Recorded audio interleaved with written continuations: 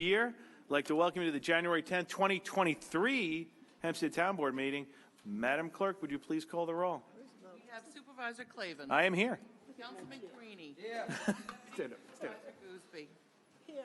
Councilwoman Miller. Here. Councilman Mascarello. Present. And Receiver of Taxes Janine Driscoll. Present. You good? All right, I just want to say, whoever keeps shorting Deputy Supervisor Goosby's chair, I'm going to catch you. All right, with that, I'm going to ask our Receiver of Taxes to lead us in the Pledge of Allegiance. Hands over your heart. I Pledge allegiance to the flag of the United States of America and to the republic for which it stands, one nation, under God, indivisible, with liberty and justice for all. Thank you. I also remind people, if you haven't been here before, if you'd like to be heard on an item, you go to the back table, you sign in, and we will call you accordingly. So with that, we're going to start the public hearings. Madam Clerk, would you please call the very first public hearing? I'd be pleased to. We have a proposed local law regarding regulations and restrictions to limit parking in Franklin Square, Merrick, and Uniondale. Okay, any member of the board wish to be heard on this? Okay, I do not have any slips. Is anybody that is here that did not sign in that wants to be heard on item number 1? Okay, if not, may I please have a motion? I move that the public hearing be closed and the board accept the item.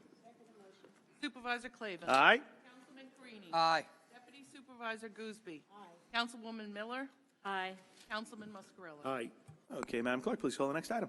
We have a proposed local law regarding parking or standing prohibitions near Cedarhurst. Okay, any member of the board wish to be heard?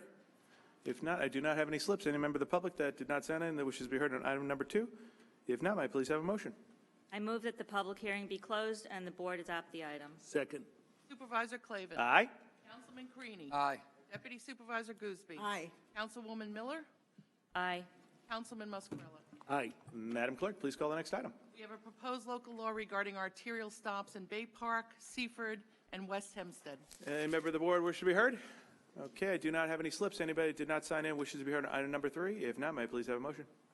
I move the public hearing be closed and the board adopt the item. Supervisor Clavin. That's an affirmative. Councilman Carini. Aye. Deputy Supervisor Gooseby. Aye. Councilwoman Miller. Aye. Councilman Mascarello. Aye. Madam Clerk, please call the next item. We have a proposed local law regarding traffic regulations in the vicinity of schools in Oceanside. Okay, any member of the board wish to be heard? If not, I don't have any slips. Anybody that did not sign in that wishes to be heard? Okay, can I have a motion? I Please. move the public hearing be closed and the board adopt the item. Second. Supervisor Clavin. Aye. Councilman Carini. Aye. Deputy Supervisor Gooseby. Aye. Councilwoman Miller. Aye. Councilman Mascarello. Aye. Madam Clerk, please call the next item. We have a proposed handicap parking on public streets in East Meadow, Franklin Square, Garden City South, and Merrick. Okay, any member of the board wish to be heard? All right, I don't have any slips. Anybody did not sign in that wishes to be heard on this item? If not, may I please have a motion? I move the public hearing be closed and the board adopt the item. Second the motion. Supervisor Clavin. Aye. Councilman Carini. Aye. Deputy Supervisor Gooseby. Aye. Councilwoman Miller. Aye. Councilman Mascarello. Aye. All right, Madam Clerk, please call the next item. We have the application of PGD Baldwin Commons LLC, which is on the care of Park Grove Development LLC in the Baldwin Mixed Use Zoning Overlay District of the Building Zone Ordinance. That was definitely a mouthful. Counselor, if you identify yourself, good morning and a Happy New Year. Good morning. Happy New Year. Can you hear me? I can hear you. Elizabeth Kashignano on behalf of PGD Baldwin Commons LLC, care of Park Grove Development LLC, Son Ward Braff Covalence PLLC, 333 Earl Ovington Boulevard, Uniondale, New York, 11553. Good morning, Mr. Supervisor, members of the Town Board. With me today are Alan Handelman, Vice President of Park Grove Realty, Walter Sieber, Director of Site Development at Cameron Engineering, Sal Coco, Architect with BHC, Dave Tepper, Planning Manager at Cameron Engineering, and Rebecca Goldberg, CEQA Traffic and Parking, and Gwen O'Shea of CDCLI. They won't all be speaking, but be available for any questions. Initially, our team would like to express thanks to the town board, the staff, the design review board, its staff, the building department, all departments related in one way or another for the level of attention and cooperation, not only to this project, but to the entire downtown Baldwin area. We know that the town of Hempstead has played an integral role in these projects, and the Baldwin community has been waiting many years for revitalization of the downtown. In creating this overlay district, the town really took care of this projects and all the future projects that are going to enter into Baldwin. So thank you on behalf of our team. The subject property is approximately 1/2 acre. The address is 785 Merrick Road, also known as Section 54, Block 103, Lot 154 and 345 on the Nassau County Land and Tax Map. It's in the mixed-use zoning overlay district designated in the code as MRG, or Merrick Road Gateway. The site is located closest to the northeast corner of Merrick Road and Grand Avenue. They're generally bounded by Merrick Road and commercial businesses to the south, an apartment complex, funeral home, and St. Christopher's Church to the west, a strip mall and other retail businesses to the east, and a municipal parking lot to the north with commercial to the east and residential to the west of that lot. The location is a former diner and has been vacant for quite some time now. The applicant makes this application as contract vendee and with the consent of the owner and seller of the property. Background purpose and legislative intent of the BMX is to promote the economic health and vibrancy of this area. We submit that the project is consistent with that intent and purpose.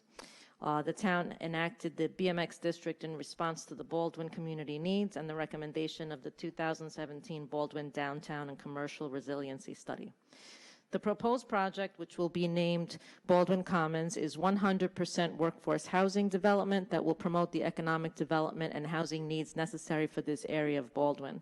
It is located in what was designated as the Grand Avenue Urban Renewal Area by the DRI Strategic Investment Plan.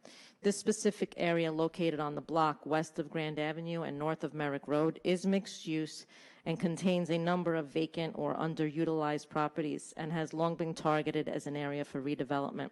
Throughout the DRI meeting, the community emphasized the importance of this area to the health of the downtown Baldwin and called for the redevelopment of these properties. The project contemplates 33 residential rental units, 100% of which are priced at 50% and 60% of the area median income. The project also includes approximately 1,200 square feet of a private public park, which will be open to the residents and guests of the building and to the general public throughout the daylight hours. A public art installation will be outside the park, visible to the Baldwin community, and there will be streetscape improvements, including decorative lighting and pavement and landscaping, and this redevelopment of this, long-standing underutilized property. The details are more specifically described by our site engineer and architect, but I do want to note, as to the public art installation, we will be involving a committee, the members which will include community residents, representatives from the arts community, and local officials, and we would issue requests for proposals, review submissions, and select the art. We anticipate it to be a three-dimensional sculptural element there. With respect to zoning requirements, the project falls within the MRG, as I stated. To that end, multifamily dwellings are specifically permitted. Pursuant to Section 429A, the maximum floor area ratio permitted with the granting of a development bonus is 1.5. Without the benefit of that bonus, the maximum permitted floor area is 1.0. Our project falls at 32,500 square feet of floor area, which equals a floor area ratio of exactly 1.5. Were the town to grant PGD Commons a development bonus in accordance with the code's provisions, the project falls within the bonus. Pursuant to Section 430, the parking requirement permitted with the granting of an adjustment as per Section 431.1D of the code equals 31 parking spaces. Our project provides 33 parking spaces. Were the town to grant this parking adjustment, we would be over the parking minimum at those 33 spaces. The unit mix is 27 one-bedroom units and 6 two-bedroom units, and the parking engineer will speak to the sufficient parking that will satisfy the project. The applicant is also requesting two variances, one related to density, another for a minimal rear yard variance. The project has a 4.93-foot setback from the rear yard landscape buffer where 10 feet is required. And in relation to density, we are requesting 33 units where 22.36 units are permitted. All other bulk zoning requirements are compliant, including height and all other setbacks. The town, via the BMX code, is able to grant certain zoning incentives and variances as it deems necessary for the benefit of the community and consistent with the code's purposes. In doing so, it can grant a floor area ratio development bonus, parking adjustments, and variances as previously noted. The applicant has presented their project to the Design Review Board. During said presentation, the applicant described in detail the architectural design and amenities provided, and the applicant further sent detailed information satisfying the criteria in the code, which the Design Review Board must consider when referring the matter to the town. This matter was referred to the Town Board by DRB with a recommendation for an approval, finding that the proposal will be a positive enhancement to the current condition of the area. Mr. Supervisor, with your permission, I would like to submit the following documents for the record, which contain detailed analysis regarding those criteria, standards, and 5 factors. These submissions should be made part of the record for the board to support our bonus requests and variances. They are, do you have those? They are council letter of October 26, 2022 to the Design Review Board, letter from Cameron Engineering to the Town of Hempstead dated December 6th, and VHB analysis dated January 5th. Okay, let the record reflect you've turned them over to the clerk, and they're going to be submitted as part of your application. Further, the town has referred the matter to outside consultants for CEQA review, which has been completed, and a letter has been issued indicating that no further CEQA review is required. Upon submission of the letter of water availability, which we're waiting on, and compliance with the incorporation of the Nassau County Fire Marshal's plans into the final site plan, which we will do. We have been working with the Fire Marshal as well as the Fire Department. Walter Sieber can speak to those issues as well. The project was also reviewed by the Nassau County Planning Commission last week, which recommended local determination. Further, PGD has applied to the Town of Hempstead Industrial Development Agency for a pilot and certain tax benefits. However, for the record, the taxing jurisdiction will not lose any tax dollars, as my client has not requested any reduction of the current taxes. A cost-benefit analysis was conducted by the town's consultant, Camoin, showing a positive cash benefit to the town, not just in jobs and new earnings, but also in spending in the area. So there will be a positive economic impact to the community as a result of this project. As a reminder to the board, we did receive, the project received $850,000 pursuant to the DRI award, part of that $10 million that was slated for the entire area. Also, I would like to submit, I think we submitted we submitted everything? In that folder, we just submitted a letter dated November 3rd, 2022 to the Design Review Board, which contains the information on this award, other tax credits the project is slated to receive from New York State, and various support letters from the community, including the 2022 HUD guidelines regarding area median income. Finally, PGD Commons recognizes that the town has worked tirelessly to implement the overlay zone and work with local organizations for a number of years, and all members of the community to promote the development of the Baldwin downtown, to increase services to Baldwin and to revitalize the area. And for this reason, PGD has decided to commit the amount of $100,000 in addition to the other public benefits to the town of Hempstead to be used in its discretion toward its commitment of service to the Baldwin community. At this time, unless the board has any questions, I'll call up our site engineer. Why don't we do site engineer, and then we'll come back to a couple of questions at the end. However you like. Yeah, do site engineer first. Okay. Okay. Walter? By the way, it's like Good morning, Supervisor, members of the board. Walter Sieber, Director of Site Development, Cameron Engineering, offices at 177 Crossways Park Drive, Woodbury, New York. Quickly, the proposed building is, as Elizabeth mentioned, situated at a prominent location within the Baldwin community. The proposed development site and building will serve as a gateway landmark building as people enter the community from the west. The building is sited and designed to have a proposed residence entrance right off of Merrick Road. Also, to enhance and improve the resident and general public's pedestrian experience, the proposed development includes streetscape improvements. Elements of the streetscape enhancements will include decorative pavement banding, new street lighting that will be coordinated with the existing light poles that are on the Merrick Road corridor, new landscape installations, and enhanced greening around the building foundation. The site and the building have been designed to include a right turn in for vehicular traffic from Merrick Road and a right turn out only. That'll be reinforced with striping and signage at the main development entrance. Additionally, the site will have an ingress and egress connection to the town's municipal parking lot on the north end of the site. And the parking for the development is on-grade parking that will be partially below the building's footprint. A combination of architectural features and landscaping will screen vehicles from view on Merrick Road. Additionally, to serve both the residents and general public of the Bolton community, included in the site plan is a 1,200 square foot pocket park along the east side of the proposed building with a frontage on Merrick Road, which is wholly contained on the subject property. This space will be a passive public-private park amenity for both the residents and the community. The general community's use of the space will be limited from the hours of 8 a.m. to 6 p.m. And the proposed park will be connected to an interior amenity space that will be controlled via key fob, so only residents can enter that.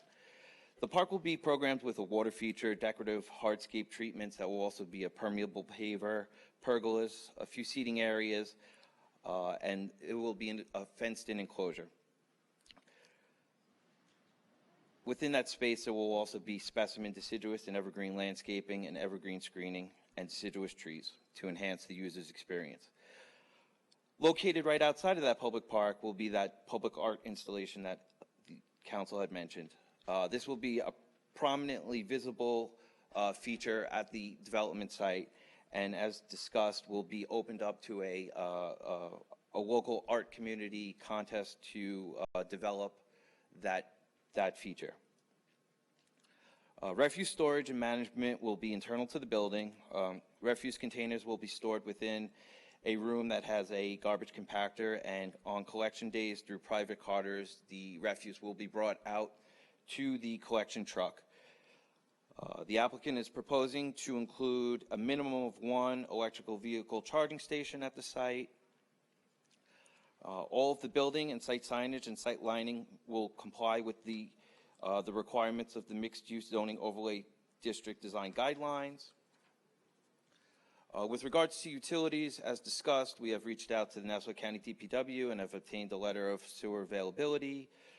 We also have a letter of electric service availability from PSE&G. Natural gas is not proposed with this development, and we are working with New York Liberty Water on a water availability letter. We have, in the interim, had a hydrant flow test completed, which indicated favorable results for servicing the building. The plans have been submitted to the Nassau County Fire Marshal.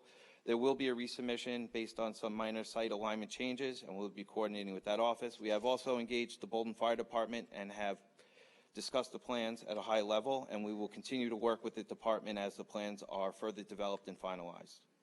With regards to stormwater management, the site plans are developed with a 3-inch stormwater storage, and that will conform to both the Town of Hempstead and Nassau County requirements. Finally, landscaping will be in conformance with the requirements as stated in the design guidelines for the BMX code, and it will be a comprehensive landscape plan that will be complementary to both the building's architecture and to reinforce the design of the building. And in high traffic areas, landscape plantings are designed to accentuate the spaces. Thank you. Thank you very much. Did you want questions, or can I bring up my traffic expert? Why don't we go through all of them and then kind of write them down? Thank you. Rebecca Goldberg from Cameron Engineering. Hi, good morning, Supervisor Clavin, board members. Rebecca Goldberg, Civil Engineering Director with Cameron Engineering and Associates, same address as Mr. Sieber. Just very briefly, the site fronts Merrick Road, which is a Nassau County roadway, and its 30-foot wide driveway is being designed to Nassau County standards, including only allowing right turns with no left turns in and no left turns out. As Mr. Sieber explained, there will be a formal two-way connection with the existing town parking lot to the east, and the existing 15-foot easement at the southwest corner of the property will be replaced in place. The site is convenient to two bus routes.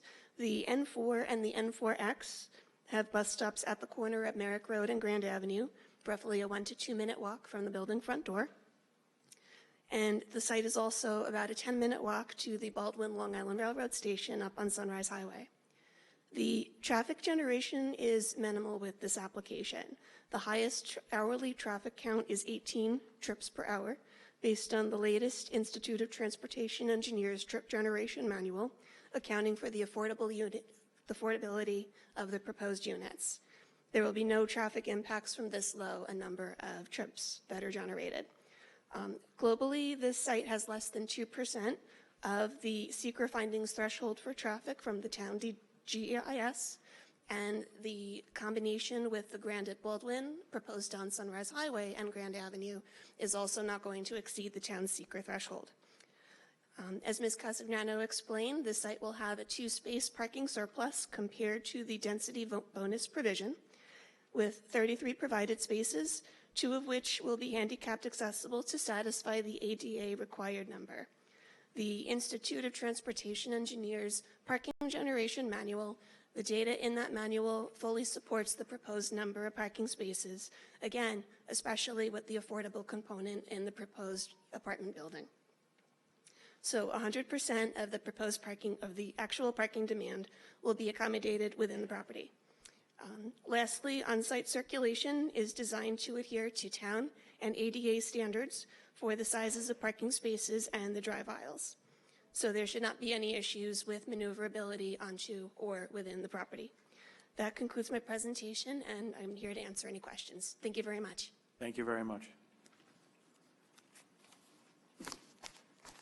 Finally, I'd like to call up Sal Coco, architect, to go through the floor plans with you.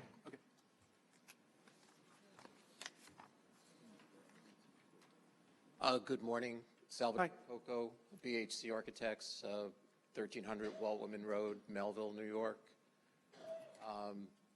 What you're looking at now is the ground floor plan integrated into the site plan. All of the apartments are on levels 2 through 5 above that.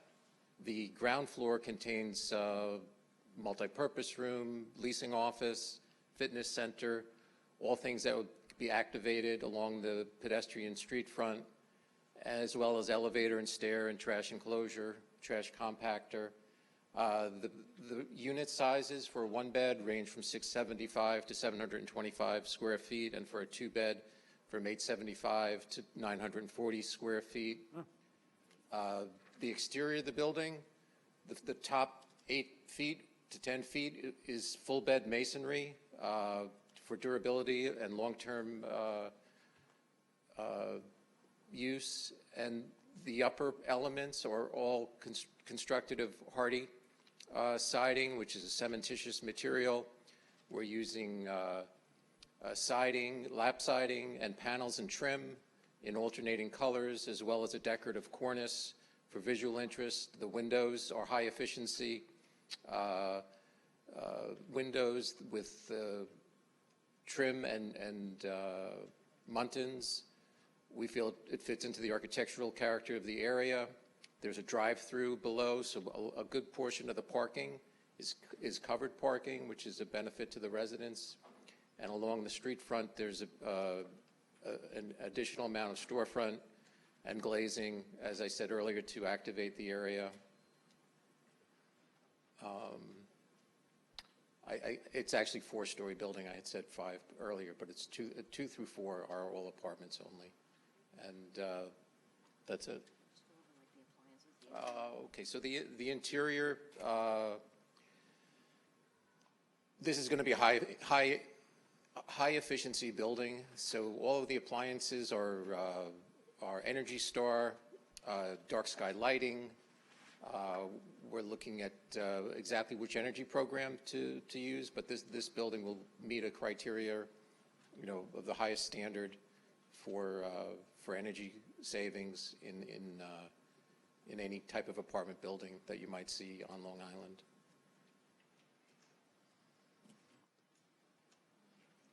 That does conclude our presentation. So if you have questions, we can take them right now. Yeah, did any members of the board have any questions? Yeah, I have a question or two.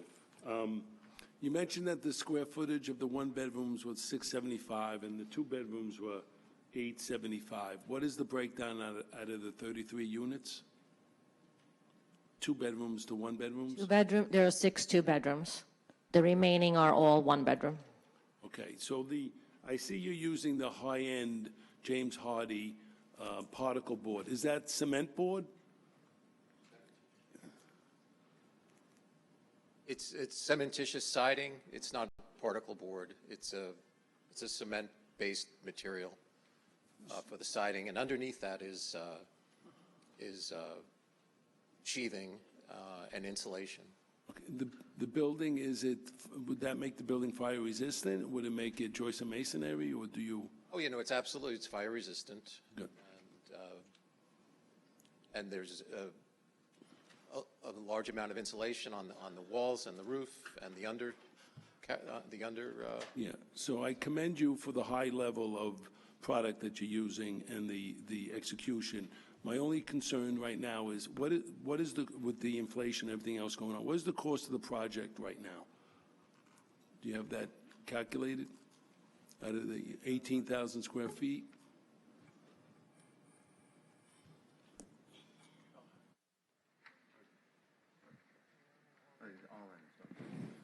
All in, it's about 15 million. Okay, thank you. Okay, thank you, Councilman. Let the record reflect. Those are 3 questions. I have a couple of questions there. I know you said it was going to be at 50% to 60% for rental, or right? Is that what you said? So we have 22 one-bedroom units at 60%, and 4 two-bedroom units at 60%.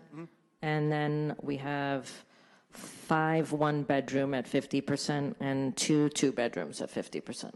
Do you So have the majority are at 60%. Gotcha. Any rough idea what it's going to cost? Using today's AMI numbers, for the one-bedrooms, we have $1,366 monthly for the 60%, and approximately $1,100 for the 50%. And on the 2 bedrooms at 60% AMI, we have approximately $1,600, and at 50%, about $1,350. Okay. Thank you very much. You're welcome. Any other board member have any questions at this time? Okay, I got a number of sign-ins I'm going to go through here. They may be, batting for your team, so I'm going to go through them. You got Walter from Melville. You've already spoken, right, Walter? Okay. Alan from Rochester. It was nice for him to come down from Rochester. Thank you, Alan. Next, we're going to ask Rebecca. I know I heard Rebecca. Elizabetta, I know we've covered that. First, we have Karen Montalbano.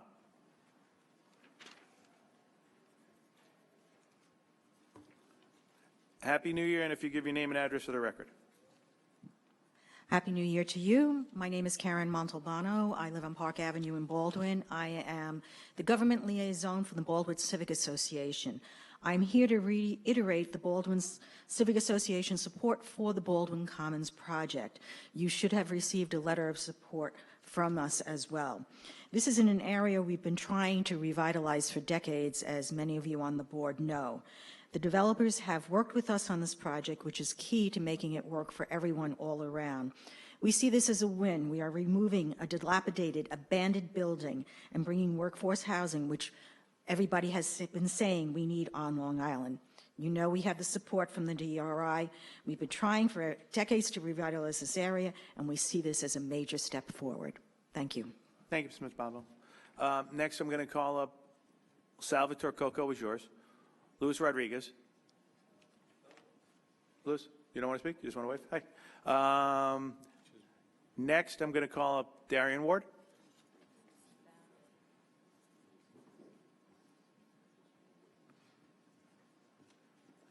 Hey, Darian, Happy New Year. If you just give your name and a record. Thanks. Don Clavin, in the town board. Lancaster Avenue. I am the past president of the Baldwin Civic Association.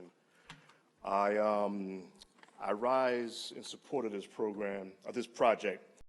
Alan and I have had multiple conversations, and we leave it to you good people to make the decision to move forward with the project. I have a larger concern just about the timeliness and the pace of the progress and moving projects forward. I know that you have some limited control on timeliness, but I just wanted to say that this is a positive step forward for Baldwin, the Baldwin's Common Project, but there are other projects that receive DRI funding that have yet to get up to the bat. And I'd like to know what can we do as a community, or what can we do in the town of Hempstead to get the other participants to move forward with their project. Darren, I could tell you this. Look, you know, we had the big project that was up on Sunrise. The developer brought it forward. Great. The developer submitted this. One thing I think we told everybody when we had the 3-month moratorium, we were going to move stuff along. And frankly, I think we have. I think you've actually seen things move along pretty quickly. I've actually was delighted about this project because I always said, and I said in the beginning, I think the southern part of this corridor was essential to seeing success along the whole part of the corridor. So as they come in, look, you know what? They'll be reviewed and they'll get through. Like I said, I think you've seen 2 projects. Elizabeth will tell you, you know, it's moved pretty quick. And as I said, you know, we made the commitment. And like I said, when they come in, I think there was one that we thought we were going to see. That the developer wanted to go back and redo it. You know, like I said, somebody was here last month, you know, saying, like, I heard rumors. Ooh, I guess the rumors aren't true. Well, rumors, yeah, but rumors mean nothing to me. But I'm saying to you, like, I think you've seen two projects that, you know, seem to have a good number of community support that are moving. When they come in, they'll be reviewed, and they'll go forward. But Darren, the one thing is, I'll always keep you in the loop with the stuff. I always will. And we've tried to. I think it's been a good relationship. But this one, like, when I saw this one, when they said they were ready to submit, I like this one because I do think it was really important to get that southern part of this corridor some activity. And, you know, look, I was devastated the other day when I got an email from my friends at a local restaurant there that, you know, they're facing the tough time, the Coal House Grill. Correct. You know, and it was a devastating email because I like them very personally. Right. And that's why I said so we're doing what we can when the stuff comes in, but we have to give it the review. And as you can see there, you know, maybe 1 or 2 house cleaning jobs have to be done. Sure. But I'll always keep you in the loop with it. And Chris will, and the deputy supervisor, we always will. That's you know fair. That. That's fair. Yeah. I appreciate the honesty and the candor in which you explained it. I just wanted to let you know that that's something that the community desperately needs is a timeline to be sped up, just as an FYI. Yeah, I got you. Fair Totally. enough? Absolutely. Right. Absolutely. Anytime. Thank you very much. And Darian, the other projects that were given DRI money, these are the only 2 that have submitted plans. Yeah. Right. So once they submitted plans, we sat down, we spoke to them, and they've come along quickly. You know, the other ones, we're just waiting for them to submit plans. It's up to the developer at this point. But once they come to the table, me, the supervisor, senior councilwoman Gooseby, we'll all sit down, and every time there's a hearing or an update, I always let Karen know, and we'll continue to do that in the future. And Darren, I think we both know you seem to have, you know, your ears on the ground down there. So if you hear something, you'll let us know. And I'm always grateful for that. Everyone's very, very nice about doing stuff. And like I said, we made our commitment to everybody in Baldwin, and I think we're following through on it and trying to do it in an expedited way to get things going down there. We recognize it. So we will keep in at all times. Thank you very much for your time. I support the project. I think the Baldwin community supports the project. Thank you. Next I have Eric Mahler.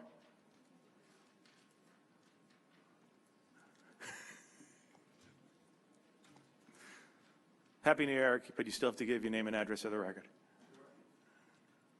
Happy and healthy New Year. My name is Eric Mahler, current president of the Chamber of Commerce. I'm 1030 Merrick Road, Baldwin, New York.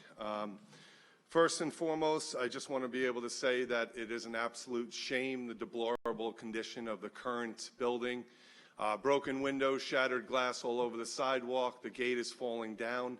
It is ridiculous that that's right on Merrick Road in the heart of Baldwin, and we've allowed it to get that appearance right now. But that being said, those current owners should do something immediately because there's huge shards of glass all over the property currently, as of this past weekend when kids broke all the windows.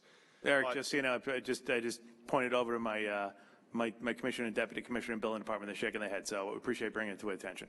Fair enough. That being said, in regards to the current new owners and their development project, the Chamber of Commerce is in full support on this Bolden Commons project located on Merrick Road. We feel that this project will bring vital revitalization to an otherwise blighted property. It is our hope that the developer would bring local suppliers, local builders, local contractors, et cetera, in constructing this project. And we urge you to vote in favor of this project. In reference, on a side note, I will say under your administration, the building department has become much more streamlined, and I'm very grateful for that, Supervisor Clavin. I also would like to say another aspect of it, that I don't know if this is the wording, I'm not an attorney, but I think the exterior appearance on the covenants and the restrictions should be very strictly worded, that they can't just build a beautiful building now and in 20 years it looks like crap. Yeah. I would appreciate that somehow, some way, the language be resolved that it is a continual basis for maintaining the beautiful landscaping that they're proudly boasting, that it doesn't become litter-strewn, weed-strewn, et cetera.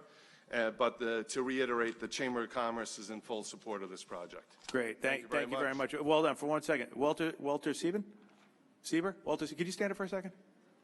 I almost thought it was your brother. Really? If you grow goatee, you guys look really, really familiar.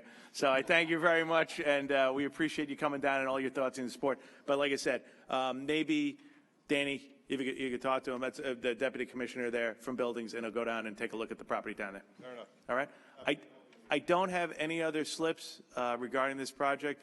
If you'd like to be heard and have not taken the time to sign in, if you please raise your hand. Oh, great. If you come in the back and give your name and address, that'd be great. Patty Harris, Uniondale. I'm getting a lot of texts are saying that you're not showing these slides, the slideshow, so that people can see it on the live stream. Why is that? Artie? Because they have a voice too, so when they can speak to you or come in, they at least have some information. I mean, they do it at nighttime for the redistricting, so why you can't do it for the slideshow you're having today? And any other day, because they don't show when they do slideshows. Okay. Maybe my IT commissioner can. I'm sorry, She's saying the slides that are presenting online the slides presented here don't appear to be showing online. Is that something we consider doing at a future date, or what do you want to do? we can consider that. Okay. All right. Thanks. Thanks for bringing it to our attention. I guess the taxpayer appreciate it. Okay. Thanks. Anybody else that did not sign in that wishes to be heard on item number 6? Great. If you give your name and address for the record. Mita J. Maraday, resident of the world, advocate for the underserved. Resident of what? The underserved. No. What was it for? Where did resident of? Resident of the world. Did you, okay. Okay. Okay. Let's keep it moving. No, okay. I stand in support for the most part for this project, but I do concur with Mr. Mahler with regard to the utilization, but not just making a statement, but making an effort where it is incorporated in the documentation. Many corporations now with their supplier diversity or now their diversity, equity, and inclusion guidelines put it in contract language. We're talking about our tax dollars going here, but you continue to have lack of inclusion of service-disabled, minority, and women, veteran business owners in these projects and local workforce opportunities. Also, I still question with regard to the cost factors for the prices. Does that include utilities as well? And what would be the outreach for the residents who will have the opportunity to live in this space? I question also the traffic report that was presented, because that is a high traffic area, and because I live in the northern part of Baldwin, we call more of the deserted or desert area of Baldwin, and we pay the same amount of taxes. Yes, we are always interested in quote-unquote corridor redevelopment, but there is no focus, there's no funds, there's no attention on the northern part of Baldwin. We continue to wait. We continue to wait for our streets to be repaired, and that is a problem that residents in total should be concerned about. So again, we're unified in having our community redeveloped and revitalized, but we continue to feel the disrespect, even with the types of meetings that we have and the times of meetings where residents who work, as was brought up last night, that residents who have very deep-seated issues with regard to the redistricting process in the town of Hempstead as well as Nassau County, the lack of coordination and collaboration between the two, as evidenced in the meeting taking place both on December 17th, with the important issue of redistricting being a half an hour apart from each other. So we have a complete streets project going on right now in Baldwin on Grand Avenue, that we have this project and we have the other project on Sunrise Highway.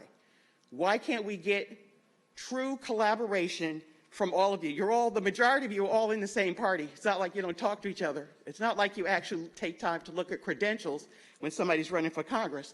But we need to have some type of collaboration and coordination for the amount of money that you're expending when you're bringing in your friends and relatives. Look at the people in the community for a change. We're the ones who are suffering and not getting any return on the investment. Thank you. Happy New Year, Ms. Meriday. Next, I don't have any other slips. Anybody else who did not sign in that wishes to be heard? Then, Councilor, I'll let you do a summation. Yeah, just a few points I want to go over regarding the condition of the building. As you know, we don't currently own the building. However, I did speak to the developer who will reach out to the current owner and express those concerns that were expressed here today. As for local labor and material, as you know, the guidelines pursuant to IDA are 90-10, and we have an obligation to try and achieve that and utilize as much local labor and purchase materials locally as possible. You know, regarding any conditions on maintenance, of course, we'll accept those. The monthly rental includes water, sewer, it includes the parking, it includes the maintenance, does not include electric. And let's see what else I have here. As to the comments regarding moving these projects forward in the town, you know, I can attest to the fact that these have moved very quickly after, you know, the contemplated moratorium, and they've been reviewed by all the departments, and they've been very responsive anytime we've reached out to move everything forward. So, you know, that's been going very well. So in sum, we feel that this is a project that meets the intents of the code, that, you know, will flourish in that area, will bring a beautiful project to an area right now that is, you know, that desperately needs it. Thank you very much. Council, thank you very much. I want to thank you for your, yet again, great, concise presentation here today. Wink, wink. I like teasing you, you know that. With that, may I please have a motion of the board? I move the public hearing be closed and the board reserve decision. Second the motion. Supervisor Clavin. Aye. Councilman Carini. Aye. Deputy Supervisor Gooseby. Aye. Councilwoman Miller. Aye. Councilman Muscarella. Aye. Oh, thank you very much, and thank you to the residents. And I will say to both, to all three of you, to Eric, to Karen, and to Darian, when we put it on the decision calendar, we will, of course, you know, reach out to let you know, because you took the time to come down and so the community knows as well. And we thank you very much for your thoughts and input on the whole process. And as things move along, I'll also keep in the loop when other projects come in. So thank you all very, very much. With that, Madam Clerk, would you please call the decision calendar? Yes, the first decision is a resolution adopting a CEQA negative declaration and determination of non-significance in connection with an application for inclusion in the gasoline service station district and modification of a site plan for a parcel of land in Belmore. Okay, may I have a motion? I move the item be adopted. I second the motion. Supervisor Clavin. Aye. Councilman Carini. Aye. Deputy Supervisor Gooseby. Aye. Councilwoman Miller. Aye. Councilman Muscarella. Aye. Madam Clerk, please call the next item on the decision calendar. Yes, we have decisions 8 and 9. They are the application of 2798 Merrick LLC to modify an existing GSS and improve the property by repositioning the 6 gas dispensing pumps, adding a pump island canopy, converting a portion of the existing building into a convenience store and 3-bay vehicle service station, adding signage, landscaping, paving, and associated site improvements at the premises in Belmore. The related decision number 9 is the resolution accepting a declaration of restrictive covenants incidental to and in connection with granting the petition of 2798 Merrick LLC for a variance from the GSS district located at 2798 Merrick Road in Belmore. Could you call those again? No, I'm teasing you. Can I please have a motion on those two items on the decision calendar? I move the items be adopted. I second the motion. Supervisor Clavin. Aye on both. Councilman Carini. Aye. Deputy Supervisor Gooseby. Aye. Councilwoman Miller. Aye. And Councilman Muscarella. Aye. All right, Madam Clerk, please call the administrative calendar. Yes, we have items 10 through 67 on the administrative calendar. I also have 3 resolutions of an urgent nature. The first is entitled, "A Resolution Retaining Mark L. Lieberman, Esquire, as consultant with respect to the legislature of the state of New York for the legislative 2023 session." The second urgent resolution adopts a secret negative declaration and determination of non-significance in connection with an application for site plan approval for a parcel of land located in Levittown, County of Nassau, New York.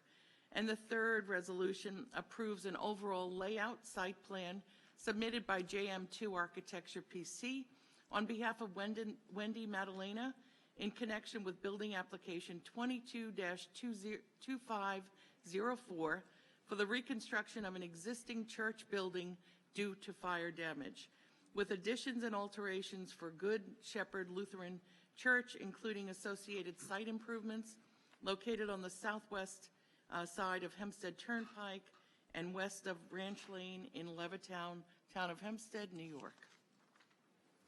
Mr. Supervisor and members of the board, I recommend that this board amend the hearing date and time of item 67, the proposed public hearing on the Mariners Burial Ground, to February 28th, 2023 at 7 p.m. to accommodate people to come and talk about this item. Great. Okay. Then may I please have a motion on the town attorney's recommendation? I move that we move the resolution Nope. to a different date. Move the date. Second the Number motion. 67. Second the motion. Yes, so that would be the public hearing. Public hearing, yep. Supervisor Clavin. Aye. Councilman Carini. Aye. Deputy Supervisor Gooseby. Aye. Councilwoman Miller. Aye. Councilman Muscarella. Aye. Okay, does any member of the board wish to be heard on the administrative calendar? Okay, I have one slip down on the administrative calendar. I have Felix Procacci, Franklin Square. Good morning, Mr. Procacci, and a happy new year to you and your family. Felix Procacci, Franklin Square. On item number 52, what documents did the COVID-19 committee review prior to the town writing this resolution?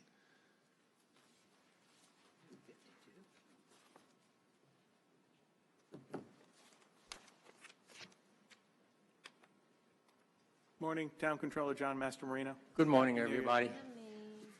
The first thing is the requests come from the department as far as what improvements are necessary for various parks. That is reviewed by my office, and it is sent to our in-house physician to review the health issues that are to be improved by those improvements.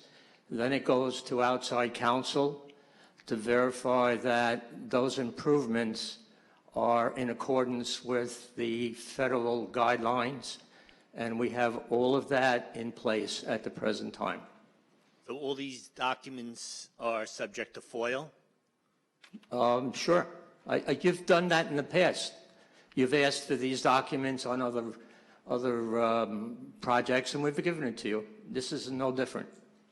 Who are the members of the COVID-19 committee now? There is no committee. Okay, because it says committee in the resolution. Well, my office reviews it. Town attorney has an individual that reviews it, and then it goes to outside counsel. That's the process. Okay. Does the committee review individual timesheets and OSHA cards and OSHA certificates But, well, I don't think that has anything to do with the transfer on this, so. No, I understand that. I'm just asking the Well, I know, but now it's called fishing. No, it's not. It's, No, it is. It's a real question. No, I know. It's not fishing. No, it is. I could explain why it's not fishing. But Okay. Because when I asked for the documents that the COVID-19 reviewed in 2021, you gave me OSHA cards, you gave me OSHA certificates, you gave me timesheets, things that I would never think that a committee would review. So I'm not fishing. I'm basing it on real evidence. These expenditures haven't happened yet. This is the process that we have to draw the money from the funds that we received. This is a process to put it out in public as to what we're doing. It's not even a necessary process. Then from there, the expenditures happen, and my office audits every expenditure to make sure it complies with the town board resolution. So as of today, that $7 million regarding this resolution, none of that $7 million has been spent yet. It's still just being reviewed by... That is correct. Okay. Then it's a similar question for item number 53, where you're transferring $17.7 million. You don't mention COVID-19, but you mention it's proper within the American Rescue Plan. And the same question is now, is this $7 million part of the $17 million? No. And This is in addition to, and again, the review was by our in-house medical doctor as to how it relates to public health and public safety, which are the guidelines in a federal statute.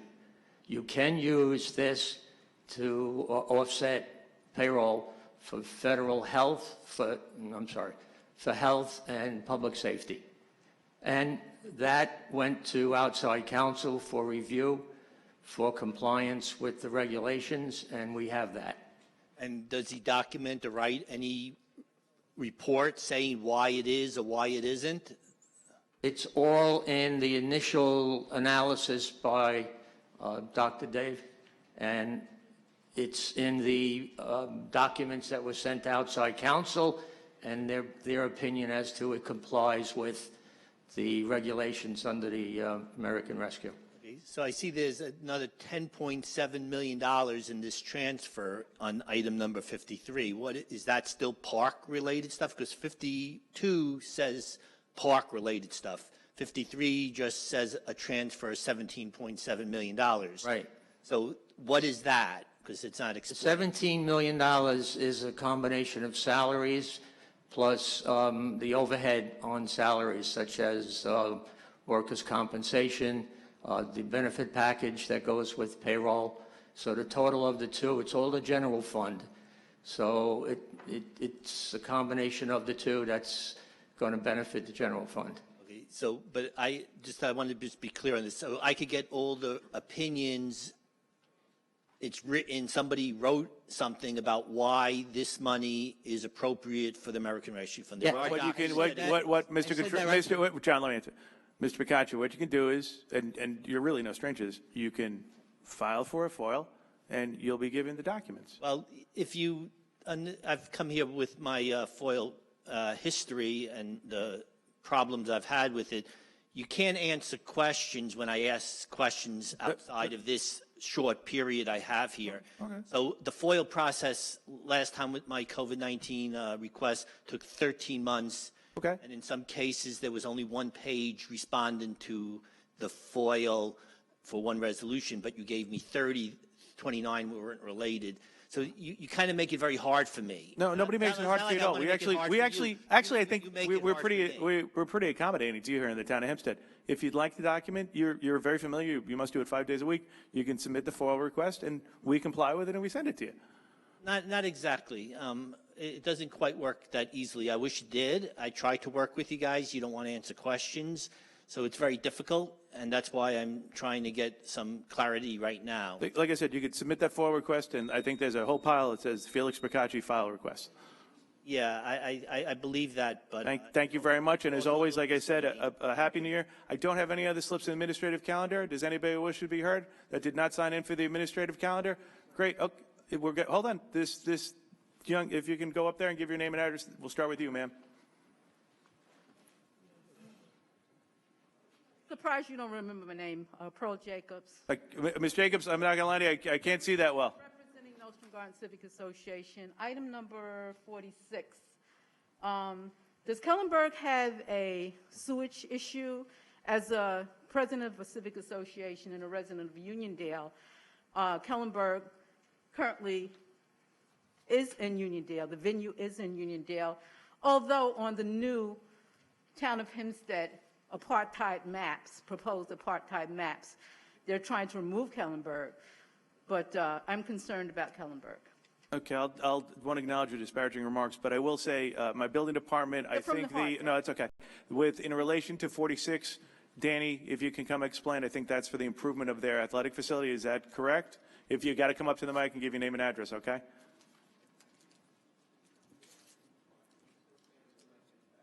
They just.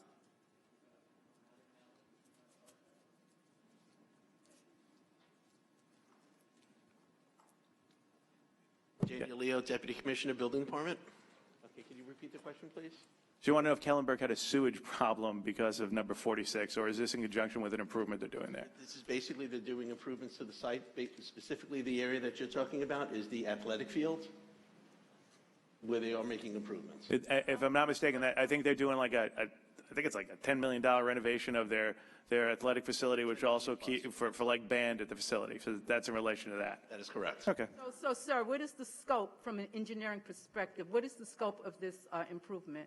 I'd be happy to go over this with you. I'll talk to you in the back. Can you just give me a brief overview? I don't have time after this meeting. Well, apparently they put in an application to redo the gymnasium, which I think goes back to like prior 1980. I don't think they had any improvements since I went to school there when it was Maria Regina. And I think they did a fundraising for like $10 million. Do you know something? You're waving at me. They did a $10 million fundraising project because they want to expand and improve the gymnasium. And I think they also said there was part like area for the band to play and along those kind of improvements. So he can get you the plans if you'd like to, and you can take a look at them. Okay. The gentleman over there? Okay. So if you give your name and address for the record.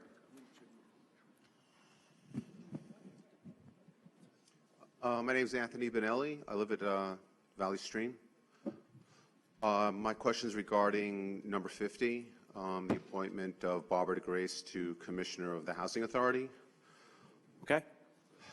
The Housing Authority, I understand, has influence over, Valley Stream. For example, the Monica Villager homes, for, decades, it's like a 4 or 5 year waiting period to get in there. But no, I don't think they have any authority on Monica Village. Monica Village is a separate entity than the Town of Hempstead Housing Authority. The Town of Hempstead has no influence over the Section 8 availability to... No, but not Monica Village. But I'm saying, Monica Village, if I'm not mistaken, is a separate entity run by the Village of Valley Stream. The Town of Hempstead Housing Authority doesn't run that facility, have any say over that facility. And I'm just telling you because I grew up in Valley Stream, so I'm pretty familiar with that. So all the residents at the Monica Village are from Valley Stream? They're not... I can't answer that. I think you got to talk to the village about that. All right, so let's just move on. The appointment of Barbara DeGrace. Basically, the mayor and the trustees of Valley Stream are very favorable to the developers. We do want developers. We want to have a working relationship with them to get things done, get things built. But over the years, they've been greatly generous with providing variances to our building codes to the detriment of the residents of Valley Stream. So it concerns me that the former mayor, John DeGrace's wife, Barbara DeGrace, is being appointed a commissioner shortly after she put in her resignation papers working at the village. And her job for the past few years, or actually many years, has been public relations. So my specific question is, how does it that Barbara DeGrace is getting appointed to a commissionership with the Housing Authority when her resume and her work experience reflects no merit to be holding that position in the Housing Authority? Listen, I'll respectfully disagree with you. I've known Barbara DeGrace for over 30 years. I know the former Mayor John DeGrace. My mom was the first female trustee that served in Valley Stream, in the history of Valley Stream. And you know what? Like I said, I grew up there, and my sister was the first female village prosecutor. I've known Barbara DeGrace. I could attest to her ethics, her work ethics, and as a person, an individual. And I thought she'd be an asset in the Housing Authority, since our Housing Authority really, you know what, needs some direction about doing improvements, and she's a great fit for it.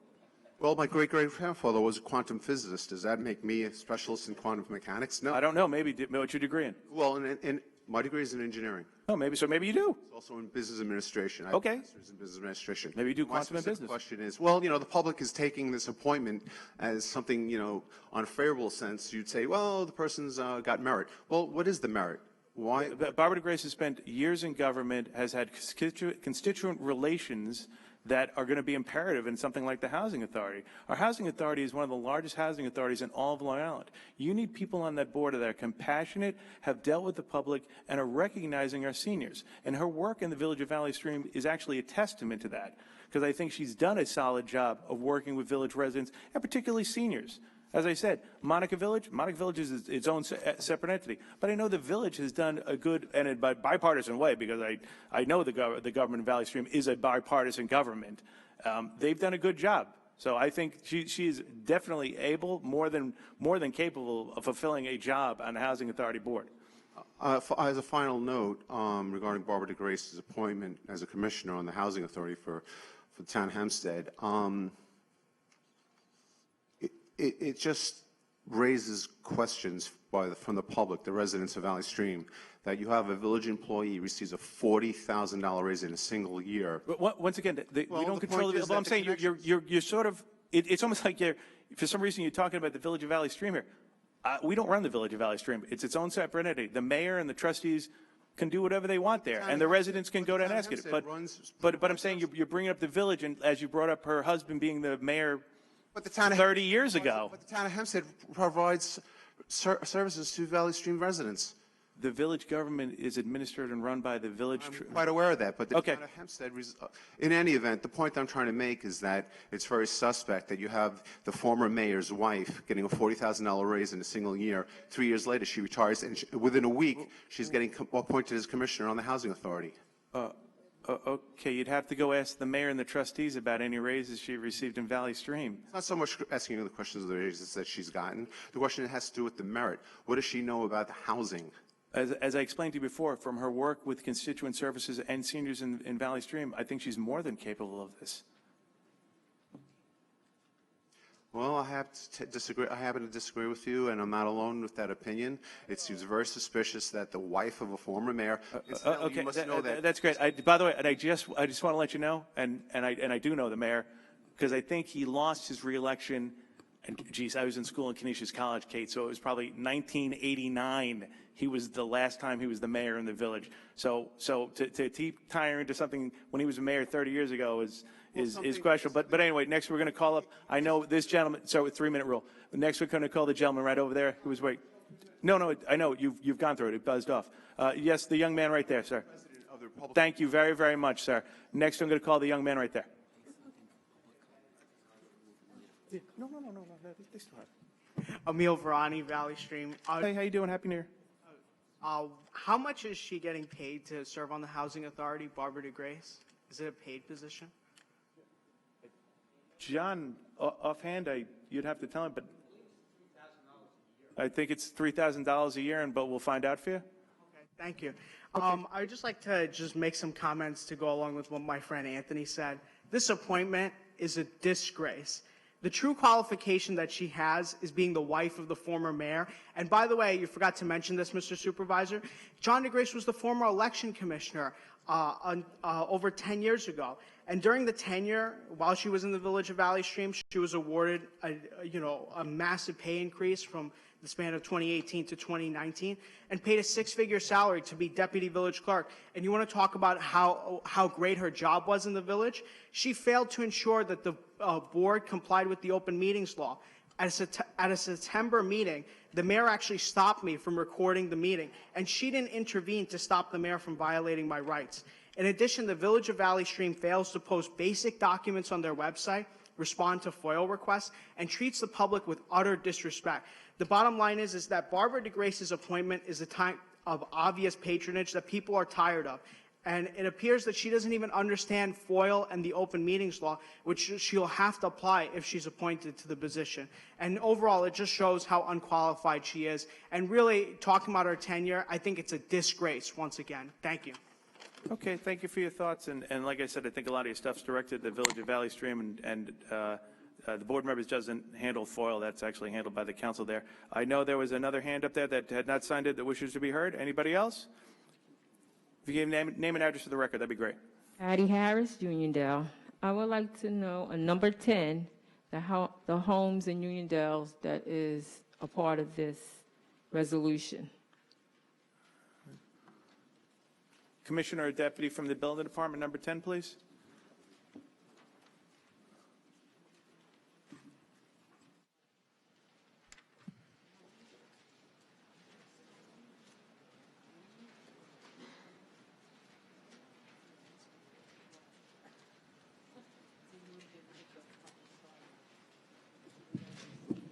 Freddie, Danny, which one's going?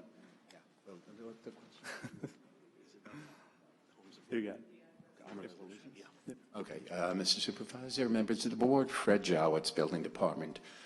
All of those resolutions that you see noted are for board-ups, imminent danger, possible structural failures. What happens is when we come across our enforcement procedures, we see a situation where a house has to be either evacuated or boarded up because of the imminent danger. That's what all of those resolutions are for. And yes, there are that many of them. Perhaps for Ms. Harris, after this, you can get her the 3 addresses in Uniondale so she can have them for her record. She was concerned about those. Absolutely. Okay, if you can stick around, he'll get the addresses for you. When there's a house that has an overgrown tree, because I have had the buildings come out to my property to look at this tree it's a house that's occupied, but it should be torn down. Even though somebody lives in there, it's a hazard to their health because the rodents and everything is in there. But I have wrote numerous letters for almost 4 years about this house. This tree that's in his backyard is messing up everybody else's yard, and they even said when they came out that it is overgrown. This man has not did anything to it, so it is an imminent ordained for it to kill somebody. And then if it does, because I'm going to be the first one to sue this board, especially if it hits my property, because it has been known that something is wrong. This house is on California Avenue, and you can go back to see when I started sending videos and of the rodents and the tree that it's in and how this house should be torn down in the first place. Now, I hate to say that about somebody's house, but this house is carrying disease in it.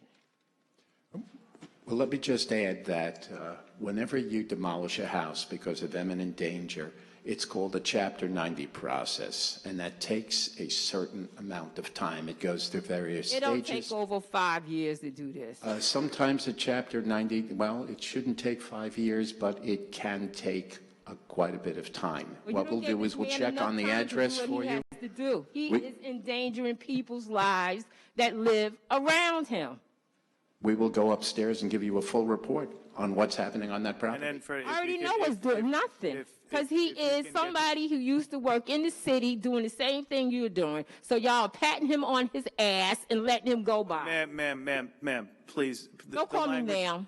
Miss. No, miss, can you please watch your language and not curse in public, miss? It's disrespectful to everybody here. Fred, at the end of the meeting, I am going to ask you to get the address of the house in California, and if you can please something do, that'd be great. After years trying to get something done, it makes you that angry. So if you want, I will apologize if I offend you, but this is getting out of hand, not doing anything. I pay taxes. So do I. I like to enjoy. Yes, you do. You do pay taxes, but I'm sure you don't have somebody's house that got all these rodents around you. You don't know? Oh, I do know. Really? Yes. Okay. You want to be that smart? Let me say this to you. You said Happy New Year's to people of non-color. When people of color came up here, you That didn't is even absolutely say, not, you did by the not say Happy way, New Ms. Year. Harris, in all due respect, that is absolutely not true at all, but you can say whatever you'd like. In here, and you did not say Happy New Year to them. So please, Absolutely a falsehood, but go on. don't get on my side. Now, also, Well, thank you very, very much, and I know the building commissioner is going to go to the back and assist you right now. Is there anybody else that did not sign in who wishes to be heard on this? Uniondale, that is not in Garden City. Thank you very, very much. Ms. Maraday? How you doing? Welcome back. A Happy New Year. There you go, Ms. Maraday. Even though I did say it to you before because I made sure of it with you in particular. Okay, Mita J. Maraday, let me go through my numbers here just in case I either get put out or whatever. Number 12, 34, 40, 48, 49, 52 to 12, 34, 40, 48, 49, 52 to 54, 55, 57.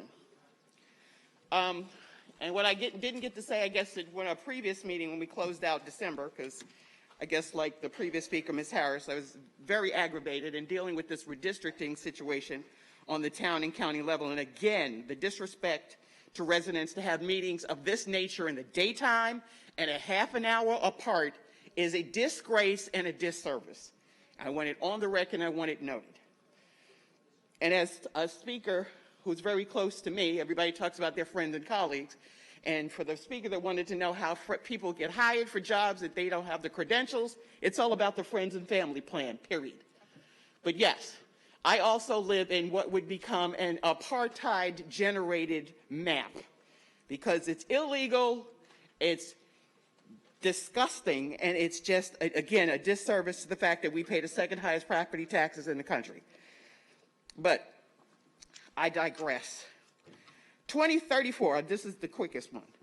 The attendance, authorizing attendance. Who else goes to this meeting? That's what I want to know for number 34. Which one are we talking about? Number 34, the authorization of attendance of Deputy Supervisor Dorothy Gooseby to the training, school, and annual meeting of the association. If you always the deputy supervisor goes. It's only that position that goes? That's right. Okay, I'm the that only answered one that who's question. authorized to go. That's answered that question. But nobody else on that body needs to have training?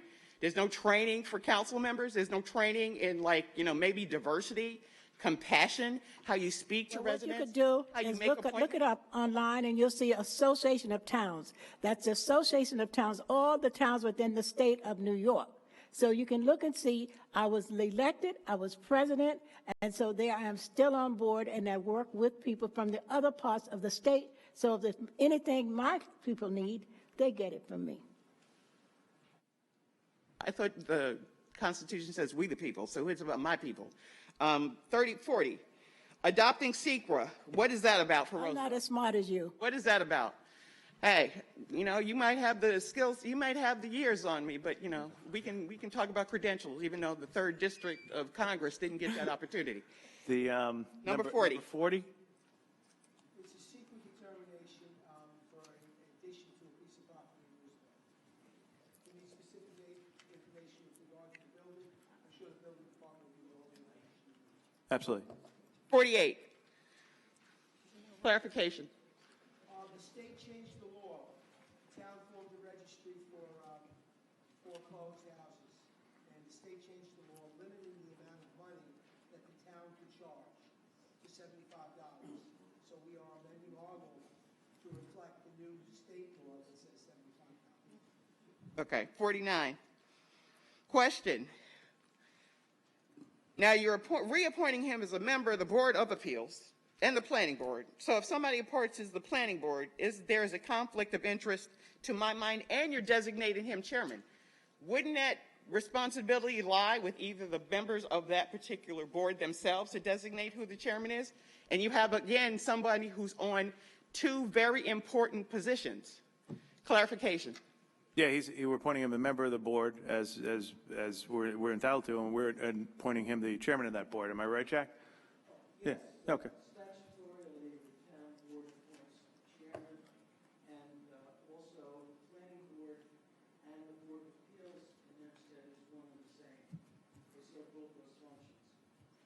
So they plan an appeal if somebody has a problem with what's going on with the planning board?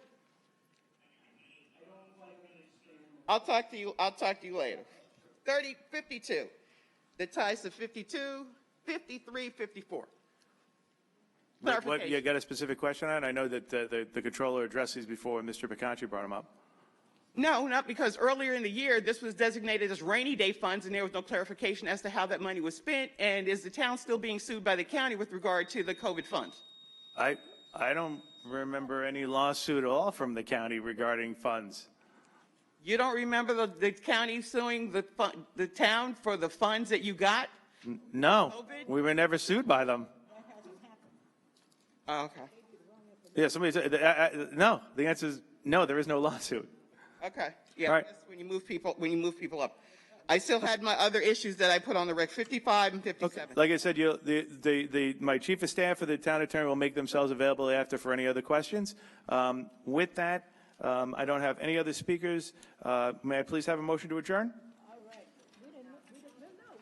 Oh, I'm sorry. Make a motion on the administrative calendar. Thank you, Sue. Okay, you make a motion for an administrative calendar. I move number 10 through 66, plus the 3 that we have that are added. I get a second. Second? All in favor? Oh, go. All right, for items 10 through 70, Supervisor Clavin. Aye. Councilman Carini. Aye. Deputy Supervisor Gooseby. Aye. Councilwoman Miller. Aye. Councilman Mascarella. Aye. Okay, now make a motion to adjourn. We have a motion? Make a motion to adjourn, We get a second. and I have to leave, I'm sorry. I second. Okay. Supervisor Clavin. Aye. Councilman Carini. Aye. Deputy Supervisor Gooseby. Aye. Councilwoman Miller. Aye.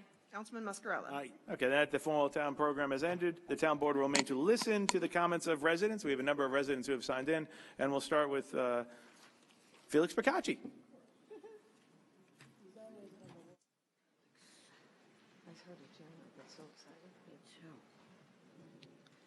Felix Procacci, Franklin Square.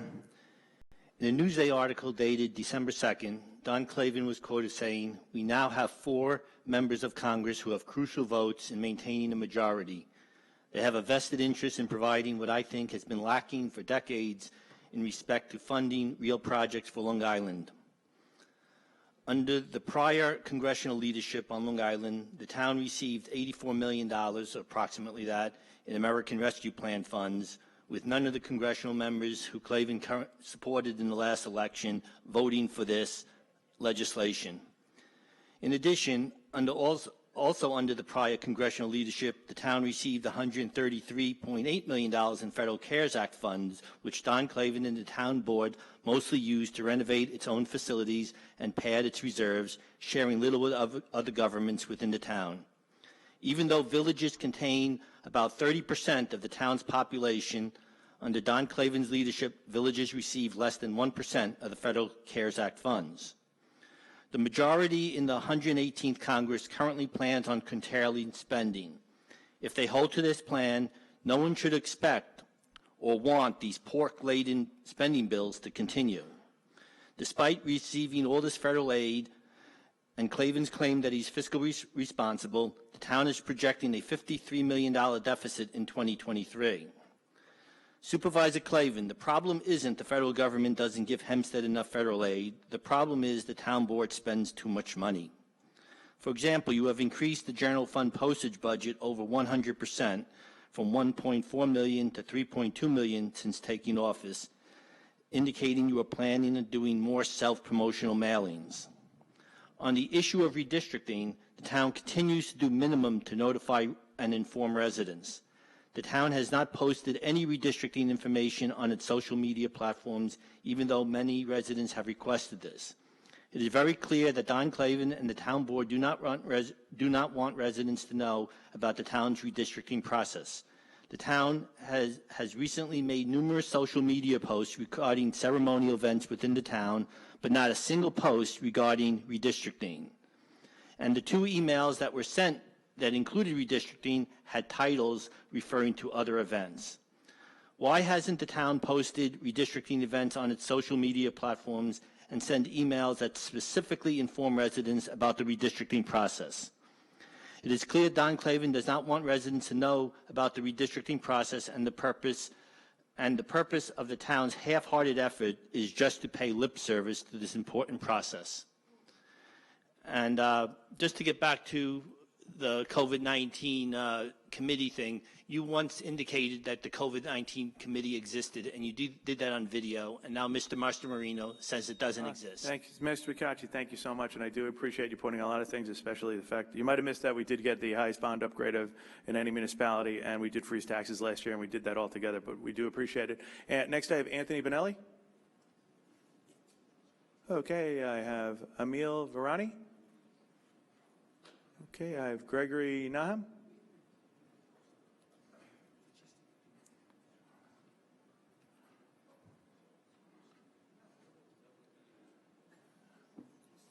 Morning, sir, and Happy New Year to you. Good morning, everyone. Happy New Year to all. My name's Greg Nahum from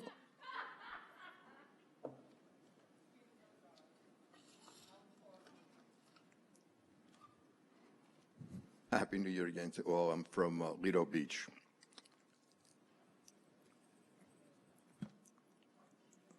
It's been a while since I've been here, and I see you have a USB, so I had another part of my presentation, but I'll wait to put it all that way. But down on Blackheath Road, we have a issue with the driveway and the buses coming and going, and the road is in deep repair, need of repair down on the south end. We've written letter to the highway department, and it hasn't been repaired. It's very narrow. If you've ever been down there, has anyone been down to Blackheath on that off of Lido Boulevard? No, it's very narrow. And when there are cars on both sides, and the road is full of potholes, it's this way, that way, and and you have kids on the bicycles morning and afternoon. And down at the very end, on the north end, I have the pictures here of a trench that from 340 Blackheath Road, the owner repaired the piece right in front of his driveway. They dug up with some utilities, and this thing is, I'll leave you the pictures, okay? It's very hazardous, it's dangerous, it's starting to sink, and the piping for the street and the houses at the dead end are right under that. It is, if you could get that, I'm sorry, up to the board. You could take both up there. And we can't get this thing repaired. Now, the residents of Nassau County in the last election came out in strength of not having New York City politics. They wanted what they voted for, which I was for myself. But that street looks like Queens. Blackheath Road looks like Queens. A house going up there looks like Queens. Queens, Bronx, Brooklyn. You look at that. Is that your street? No. The house belongs to that? Is a Queens or a Bronx house or a Brooklyn house that went up? Okay. So I'll be back the next time for a presentation, and hopefully we can get this thing repaired and the street looked at. And I think to go after Long Beach, because Long Beach School District, those buses are back and forth on the egress of the high school. And the weight of those buses are constantly killing the streets, coming and going. I got what I'm going to point out to you right now is I have my head of engineering right there, and I have my head of highway right there. Antonio, you guys smile? Maybe the two of you can go to the back room and talk to this gentleman about this condition and these photos. I'd be appreciative. Thank you very much for coming in. Thank you. Next, I have Patty Harris.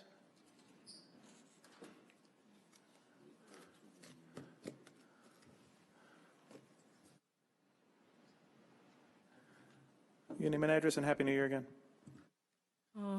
Patty Harris, and I don't accept your Happy New Year's.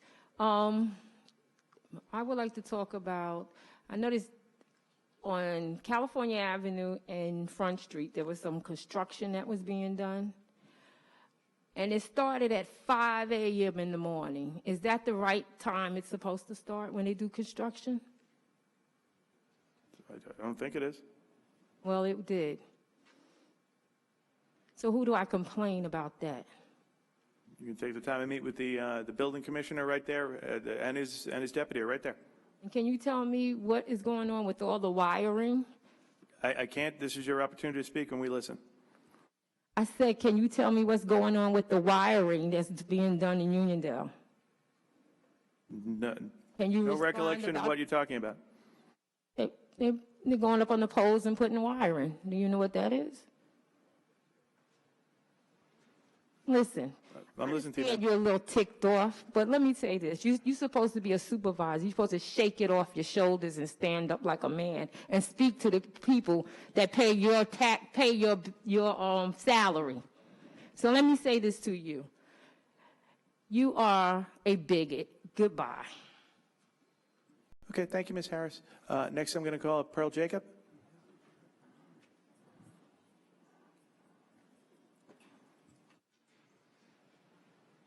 And a Happy New Year, Ms. Jacob. And if you just give your name and address for the record, that'd be great. Thank you. Happy New Year for the minority communities.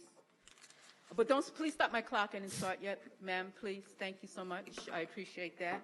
Just give me a minute. You're still running my clock, so I'm just going to talk over. Okay, so I see my representative is not here again, once again, not to hear our voices in Uniondale. She left. Typical. I was going to, ask her opinion. What does she think about the new proposed Town of Hempstead apartheid map? Okay? And what is the purpose of taking Uniondale's industrial commercial areas and putting it in District 2? She don't have to answer that because we already know what it's about. It's about taking our tax revenue, future development, taking that away from Uniondale, further marginalizing an already marginalized community, okay, and gerrymandering for future development. So we know what that's about. Follow the money. And as far as the casino that's proposed to come there, we are adamantly against that, and we will fight that. Thank you very much, okay? And I do not have to fight for representation as far as who represents Uniondale. I'm fighting for Uniondale community lines, fair lines and keep Uniondale whole. That's why I'm fighting for. I have a question regarding 576 Uniondale Avenue. Why is that languishing there? Please stop the clock so I can get a quick answer. Ms. Jacobs, as you know, this is your opportunity to be heard. I'm taking the notes down, and I'll have the appropriate department talk to you after. 576 Uniondale Avenue. I'm looking all over Nassau County and other areas, Belmore, Wantagh, wherever, Seaford, wherever I go. If they have permits and they have a GSS for gas stations, they're done very expeditiously. In Uniondale, this has been languishing for 2 years, and I want to know why. The other issue is the monies that were sent down by former Congresswoman Kathleen Rice for revitalization on Front Street, the infrastructure on Front Street, the lighting, the sidewalks, and the Town of Hempstead had their 2 big signs there for 18 months. Downtown revitalization on Front Street. That has never materialized. What happened to the funding that was sent down, earmarked for that, from former Congresswoman Kathleen Rice? I hope it didn't get mixed up with campaign contributions. So Okay. Thank you, Ms. Jacobs. Next, I have James Jacobs.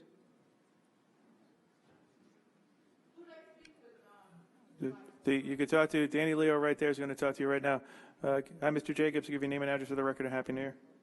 You to survive. Thank you. The council person. Basically, I want clarification of something. Under the new redistricting maps, that's going to go into effect. When would the decision be made, and when would the public be notified? Also, when the town attorney, does he represent the representatives of the constituents, or he represents only the town board members? Because when we went to redistricting meeting, questions were asked, and they kept saying that we're just the messengers there, and we're not the person actually making the decision. So I'm asking respectfully that when the decision is made, because these maps will be good for the next 10 years, right? Okay, nobody answer me, fine. Now, and also, if it's going to be good, no, wait, let me finish, please. Because here's the thing. I come into the meeting most of the time, I'm respectful, I listen attentively, I see the little snippets, different that, and everything else. But if you look at the new maps now, the disenfranchising areas of color, be it Asian, Latin, and Black. And also, they're taking away commercial neighbors from Uniondale. Plus, whoever in District 2 because it be connected with Garden City, they're going to get a lot of revenue into their system like the rich is going to get richer. That's from my perspective. So my thing is that if I can ask the town attorney some questions, is that when the decisions are going to be made, when they're going to have the follow-up meetings for the public can make further comments on their map, and because New York State passed the John Lewis version of John Lewis voting rights bill, when that lawsuit do come, will they adjust the maps to comply for more fair representation? Because here's the thing, as a taxpayer over 30 years living in Uniondale and paying my fair share of taxes that I don't get any kind of, well, except for one thing I get from Star, I pay my way. I work hard for my money. I like living in Nassau County. When I was told by the realtors that Nassau County belongs to everyone, that the supervisors represent all people, but yet when I see from past practices, it doesn't add up to me. That's just me sharing a thought, because I always get all these positive things what Don Clayton is doing, what Kay Murray is doing, everything else. But when it comes to things that I'm supposed to have general information for, such as redistricting meeting, new assessments for increase in tax and so forth, I don't receive anything from the mailing I get. So I'm just curious. But I appreciate you allowing us to speak.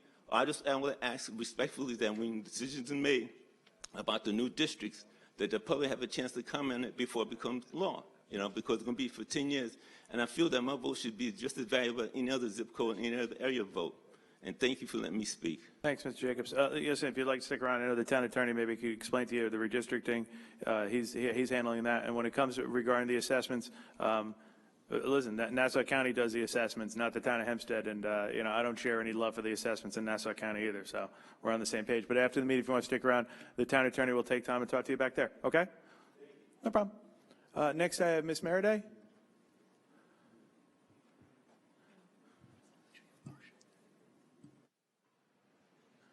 How you doing? Name and address, and still happy New Year. There you go. Gotcha. Meta J. Meriday, Baldwin resident. First, I need a correction because, if I do make a mistake, I will own it and I will admit it and I will put it out there in the public. When I stated earlier, again, the redistricting meetings are taking place next week, January 17th. I believe the town is at 10:30 and the county is at 11 a.m. Maybe it's me, but trust me, I am putting the urge out there for residents. If you have to make your appearance at one and make a statement and then make your appearance at the other, for those, again, who can come, who are not working 2 and 3 jobs to pay the taxes that we pay here. January 17th, 10:30 here, 11 o'clock, I believe, in Nassau County. It's important that we have our voices heard and that we are in attendance to at least be ready for the lawsuits that will take place, since Nassau County and the town of Hempstead have no problem spending our money on lawsuits and settlements. Even though the county does notify, they do list the number of the settlements that put out there. We don't know the amount and the number of settlements that come out of the town of Hempstead. Again, that transparency that continues to be lacking. What I did not get to say earlier in my statements is regarding issue 55. It speaks to my call for, on the administrative calendar, my call for collaboration between the county, town, villages, and hamlets, particularly on the South Shore. We can have these waterways and bid for bulkhead projects, but we had residents with just the nor'easters that we've had recently who continue to have flooding issues on their property. Again, I call for an investigation from somebody with regard to what happened to all that Sandy funding that was supposed to restore those homes and protect those residents and taxpayers. You can't keep saying, well, that's not a town issue, that's the village of this, and that's the hamlet of that, because we pay our taxes to the town, we pay our taxes to the county. We need to have the representation and legislation that's in place to protect us and our interests. Number 57, which it authorized the memorandum with the civil service, authorizing additional benefits to the town of Hempstead employees who are on active duty, military duty. That should have been a given. That should have already been there. So should I applaud you now in 2023? Maybe, maybe not. But do these benefits and these resources apply to the PACT bill that is now addressing the burn pits that our veterans suffered and are lacking the resources? Again, we have an underutilized facility right there in Nassau Medical Center that could be expanded to provide resources for our military and their families. It could be a research and development unit. There's over $200 billion from the federal government that's in place, not only for the benefits package, but also for the research and development. We brag about the number of military that we have in Nassau County and Long Island. We sure as hell need to step up and do better to protect them and their Thank you, interests. Ms. Meriday, and always thank you for your passion for our veterans. And you Next, I continue to have be Marcia dispassionate DiTieri. for those of us who get up here and speak to our rights. Marcia DiTieri is next, please. I take offense Thank you. to how you presented yourself. Okay, Marcia DiTieri, please. Thank you very much. Ms. DiTieri? Okay, no? Marcia DiTieri? That's okay. That's okay. If you can name and address for the record, and Happy New Year. Marcia DiTieri, Merrick, New York. I spoke with Commissioner Jowitz about tree preservation. I emailed you, in addition to him, about laws that were hopefully taking place on this calendar. I don't know if you saw, we actually have a calling resolution for the next calendar. On the next calendar? Yeah. Okay. Resolution number 10, I should have brought it up before, but there are at least a dozen trees for removal, but he had said that's a mistake on the calendar. I hope so. Someone was speaking about rat infestation. And I just want to say, in all the townships in the town of Hempstead, rat infestation is something I brought up many, many times, and it's due to leveling of homes and destruction of our environment, including and especially tree removal. Trees promote a healthy environment, including predator habitat, which keeps rodent populations down, gives us oxygen, shade, protection from UV cancer-causing rays, and water absorption to prevent flooding. The tides are coming up.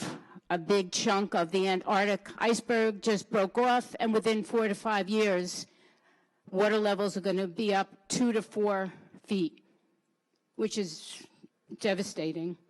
Trees absorb the water. We have so much flooding. We have nor'easters. We have hurricanes. Trees protect us from that. It does not hurt us. And as I mentioned many times, I wish the town would promote a tree trimming program instead of removal. People shouldn't just be able to remove trees because they don't like the way they look. Every time I look at the house on 16 Fletcher, every tree was removed. It is an eyesore. The house is bigger than every other house in the area. It's out of sorts. I live in a historical area. And this shouldn't be. We should look outside. We should enjoy nature. We should see trees.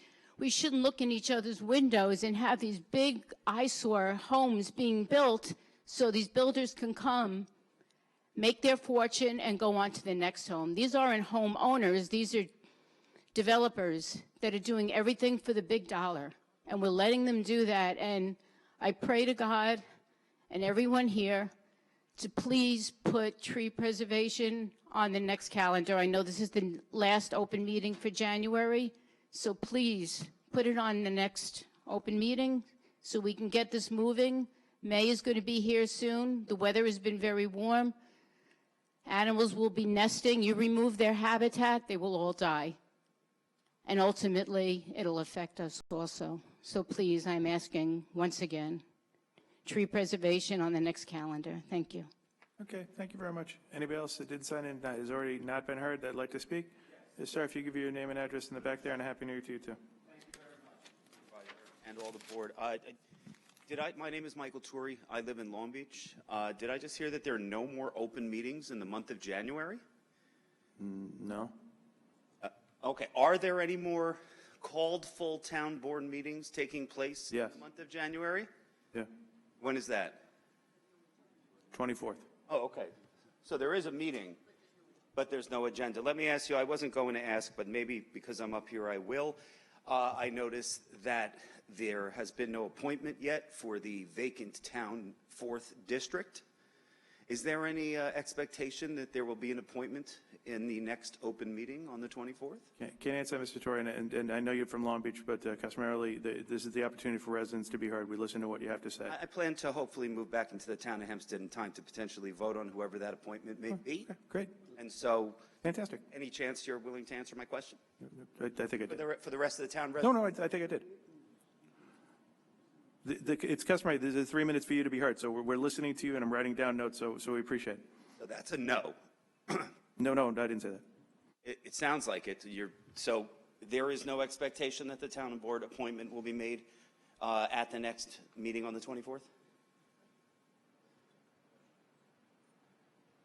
Okay, well, pay attention, people. You're going to have a town board member appointed soon. All right, well, thank you very much, everybody. Have a wonderful day. Take care. Bye-bye.